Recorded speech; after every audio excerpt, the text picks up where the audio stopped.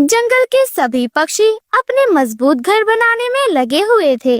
जंगल के सभी पक्षी बारिश शुरू होने से पहले पहले अपने नए घर बनाने की तैयारियां कर रहे थे। वही रानो चिड़िया जो अंडे देने वाली थी, उसकी हालत बहुत ज्यादा खराब थी। वह कैसे ही अपना घर बना सकती थी। रानो चिड़िया खुले आसमान में एक पेड़ पे बैठी हुई ये सोच रही थी, हे ऊपर वाले, मैं क्या करूं? जंगल के सभी पक्षी अपने अपने लिए घर बना रहे हैं, लेकिन मैं कैसे घर बनाऊं? मुझसे तो उठा भी नहीं जाता, ना ही दाना लेने जाया जाता है। भगवान जी कृपया मेरी मदद करें। ऐसे ही धीरे धीरे कुछ समय बीत जाता है। रानो चिड़िया पूरे 7 अंडे देती है। जंगल में बारिशें शुरू होने वाली है। मैंने तो पूरे 7 अंडे दिए हैं। ना जाने मैं अपने अंडों को कैसे ही सुरक्षित रख पाऊंगी। भगवान जी, जब तक मेरे अंडों में से बच्चे नहीं निकल जाते, कृपया हमारी रक्षा करना। धीरे धीरे कुछ समय बीत जाता है। रानो चिड़िया के 7 अंडों में से 7 बेटी चिड़िया जन्म लेती हैं। रानो चिड़िया की छोटी छोटी बेटियां बहुत खूबसूरत थी, लेकिन भगवान को शायद कुछ और ही मंजूर था। तभी अचानक से जोरदार बिजली कड़कती है और चारों तरफ काले घने बादल छा जाते हैं। तेज हवाएं चलने लगती हैं। तेज हवाएं पेड़ों को जोर जोर से हिला रही थी। रानो चिड़िया अपनी बच्ची को खुले आसमान के नीचे लेकर बैठी हुई थी। वह बहुत ज्यादा डरी हुई थी। हे ऊपर वाले, ये कैसी कठिन परीक्षा है। मेरी नन्ही नन्ही बच्चियां आज ही अंडे से बाहर आई हैं। ये ठंड से कांप रही है। ये मेरा छोटा सा घोंसला, अगर बारिश हो गई तो ये तो पानी से भर जाएगा। मैं अपनी छोटी छोटी बच्चियों को लेकर कहाँ जाऊंगी? भगवान जी हमारी मदद करें। तभी अचानक से एक तेज हवा का झोंका आता है, जिससे रानो चिड़िया घोंसले समेत अपनी बच्चियों के साथ धड़ाम से नीचे गिर जाती है। नहीं, मेरा घोंसला, मेरी बच्चियों, अब हम यहाँ नहीं रुक सकते। हमें जल्दी से जल्दी यहाँ से भागना होगा। रानो चिड़िया की बच्ची अभी बहुत ज्यादा छोटी थी। वह तो उड़ भी नहीं पा रही थी। रानो चिड़िया अपनी बच्चियों को अपने पेट पर बिठाकर उड़ने लगती है। बारिश में उड़ना बहुत ज्यादा मुश्किल हो रहा था, लेकिन माँ का प्यार हर मुश्किल से बड़ा होता है। काफी देर उड़ने के बाद रानो चिड़िया को एक खाली पुराना घोंसला नजर आता है। वह एक पक्का घोंसला था। रानो चिड़िया फौरन उस घोंसले के अंदर चली जाती है। मेरी नन्ही नन्ही बच्चियों, थोड़ी देर आराम कर लो। हम यहाँ पर कम से कम बारिश से तो बच ही सकते हैं। लेकिन उनकी परीक्षा शायद अभी खत्म नहीं हुई थी। तभी अचानक से दरवाजे पे दस्तक होती है। रानो चिड़िया देखती है कि एक कौवा और एक कौवी उनके घर के अंदर आ गए हैं। हे भगवान, ये क्या हो रहा है? ये कौवा और कौवी यहाँ कैसे आए? दुष्ट कालू कौवा और गोरी कौवी वे उसके छोटे छोटी बच्चियों को घूर घूर कर देख रहे थे। तभी गोरी कौवी कहती है, कौन हो तुम और यहाँ क्या कर रही हो? हमारे घोंसले में आने की तुम्हारी हिम्मत भी कैसे हुई? गोरी, आज की हमारी दावत है। देखो तो जरा कितनी सारी नन्ही नन्ही चिड़िया है। मजा आ जाएगा आज तो।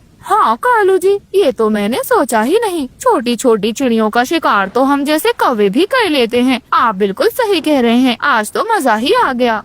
गोरी कौवी और कालू कौवी की चोंच से ऐसी बात सुनकर रानो चिड़िया का दिल तो दहशत से कांप उठता है।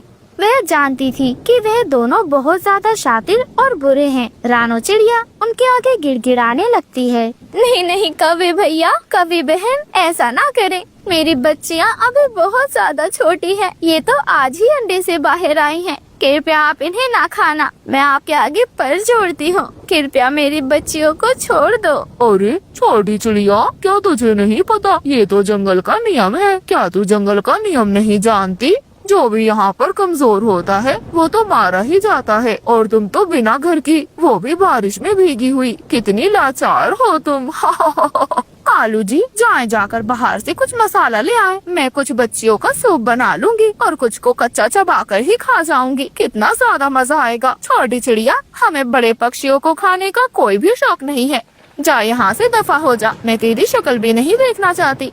नहीं कौवी बहन, कौवी भैया, ऐसा ना कहें। आप जो कहेंगी मैं वो करूँगी। बस आप मेरी बच्चियों को छोड़ दें। छोटी चिड़िया, हम बहुत ज्यादा भूखे हैं। अगर तू सच में अपनी बच्चियों को बचाना चाहती है तो जा जल्दी से हमारे लिए भोजन की तलाश करके लेकर आ, वरना हम खुद ही तेरी बच्चियों को चट कर जाएंगे।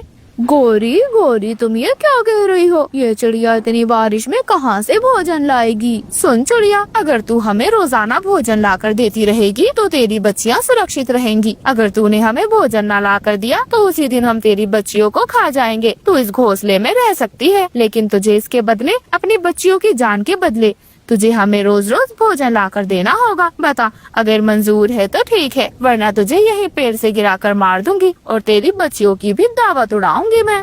रानो चिड़िया की आंखों में आंसू आ जाते हैं। जंगल में बारिश बहुत तेज हो रही थी। ऐसे में वह बेचारी खाना कहाँ से ही लाती। लेकिन रानो चिड़िया जानती थी अगर वह कुछ नहीं कर पाई तो उसकी बेटियों को कालू कौवा और गोरी कौवी खा जाएंगे। ठीक है कौवे भैया, कौवी बहन, मैं आपके लिए खाना ढूंढ कर लाती हूँ, लेकिन जब तक मैं वापस न लौटूं मेरी बच्चियों को तुम एक पर भी न लगाना। ठीक है जा, लेकिन जल्दी वापस आना, हम बहुत ज्यादा भूखे हैं। कहीं ऐसा ना हो तुझे देर हो और हम तेरी बच्चियों की ही दावत उड़ा लें। क्यों कालू जी? हाँ, छोटी चिड़िया जल्दी जा और जल्दी आ। और फिर रानो चिड़िया वहाँ से तुरंत उड़ जाती है, लेकिन वह खाना लेने नहीं जाती, बल्कि वह जंगल में मदद मांगने के लिए उड़ जाती है। तभी उसको उल्लू बाबा का ख्याल आता है। उल्लू बाबा जंगल के सबसे समझदार पक्षी थे। वह फौरन उड़कर उल्लू बाबा के पास चली जाती है और उनसे भीख मांगती है। उल्लू बाबा, मेरी मदद करें, मैं आपसे अपनी बच्चियों की जान की भीख मांगती हूँ। वह दुष्ट कौवा और कौवी मेरी बच्चियों को अपने पास रखा हुआ है। अगर मैं उनके लिए खाना नहीं लेकर गई तो वो मेरी बच्चियों को खा जाएंगे। बेटी डरो मत, जंगल के पक्षी बहुत निर्दयी हैं, लेकिन तुम चिंता मत करो, ऐसे पक्षी ज्यादा दिन तक राज नहीं कर सकते। चलो मैं तुम्हारी मदद करता हूँ।